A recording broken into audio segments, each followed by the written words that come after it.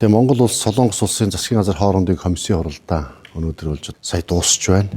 Эдийн засаг, боловсрол, соёл, урлаг, худалдаа, улс төр, олон улсын аюулгүй байдал гэдэг бүхий л салбарын асуудлыг бүгдийг нэгтгэж хилцдэг. Энэ дээр хоёр улс харилцсан бас мэдээлэл солилцож байр суурь нэгтгэдэг.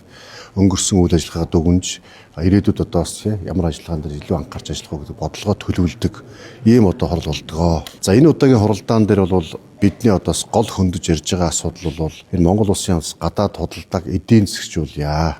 Эдийн засгжуулах. Энэ тал дээр бас илүү анхаарал хандуулъя. Монгол улсад хэрэгжиж байгаа томоохон мега төслүүдийг хэрэгжүүлэхэд энэ зис сайлуулах үйлдвэр барьж байгаа бол ган боловсруулах үйлдвэр барьж байгаа болоход Солонгосын бас томоохон аж ахуйн нэгжүүдийг Поско, Samsung-ыг оролцуулах талд нь бас нээлттэй тендер сонгож шалгалт зарлана.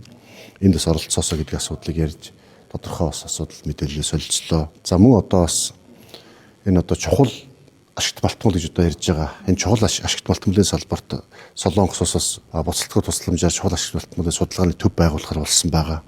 Энэ хүрээндээ цааш өшөө илүү лавшруулж хөрөнгө оруулах тал дээр бас тодорхой боломж олгоцоо бий болох талаар бас ярилцлаа. За мөн хоёр улсын хооронд эдийн засгийн чөлөө худалдааны хилцээр байгуулах гэж байгаа. Өнөөдөр Монгол улсад бол 10% нийт 600 гаруй сая долларын худалдаа хийж байгаа. Монгол улсаас 50 гаруй сая долларын экспорт ярж байна. Буцаагаад Солонгос улсаас 500 гарan тэр сая долларын импорт орж ирж байгаа. Гадаад худалдаан дээр үндсэндээ бид алдагдaltaй байгаад байгаа. Тэгвэл чөлөө худалдааны хилцээр байгуулахдаа бид бүхэн Монголын бас бүтээгдэхүүнүүдийг Солонгосын зах зээлд гаргах. Энийг заавал тусгана. Ялангуяа Монгол улсад бий болж бүтээгдэж байгаа хөдөө аж ахуйн бүтээгдэхүүн.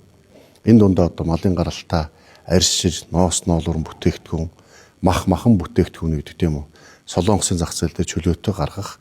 Энэ нөхцөлийг заавал энэ худалдааны хилцээр тусгаж байж бид бүхэн энэ хилцээрийг байгуулна. Энийг тусгаагүй тохиолдолд хилцээр байгуулахгүй гэдэг дээр бас маш хатуу бас байр суурь илэрхийллээ. Солонгосын төлөө энэ хилцээрийг хурдан байгуулъя гэж байгаа. Бид тэгвэл бидэнд бас ашигтай байх хэрэгтэй. Харилцан ашигтай байж хилцээр хийгдэнэ. Япон улстай хийсэн хилцээр шиг юм ашиггүй хилцээр байж болохгүй.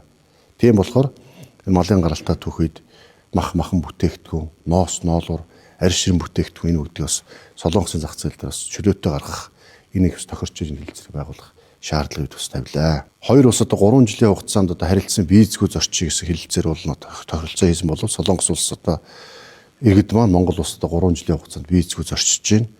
Энэ үүний үр дүн жилдээ 180 мянган Солонгос иргэн Монгол улсад аялал жуулчлалаар өнгөрсөн 25 онд ирсэн байна. Бид бүхэн бас агаарын тээврийн либералчлыг миний хувьд зам тээврийн сайдаар ажиллаж байхдаа бас амжилттай хэрэгжүүлж 7 хоногт 7 нислэг байсан бол 7 хоногт 70-аас 80 нислэг Солонгос Монголын хооронд нислэг болсон. Пледний үн 3 сая байсан бол 1 сая болж 3 дахин хямдарсан. Ингээд Солонгос Монголын хооронд бол иргэд маань чөлөөтэй зорчдог болсон. Үүний үр дүнд Солонгосоос 180 мянган жуулчин өнгөрсөн жил ирсэн байх. Визгүй. Тэгвэл Монголын иргэдийг визгүй болгох. Эхний ээлжинд ядаж эрүүл мэндийн тийм шалтгаанаар зорчиж байгаа иргэдийг визгүй болгооч гэдэг шаардлага тавилаа. Хэрвээ энэ асуудыг шийдэхгүй бол бид эрхчлээс Солонгос иргэдийг визтэй болгоё. Аль нэг нь давуу байдал эдэлдэг, нэг нь дутуу эрхтэй байж болохгүй. Энэ хоёр улсын иргэдийн эрх ашигын хамгаалах тал дээр хоёр улс маань хоёулаа адилхан тэгш хандъя. Тийм болохоор Монголын эрүүл мэндийн шалтгаанаар Солонгос улс зорчиж байгаа жил дунджаар 25 мянган орчим иргэн зорчиж байна.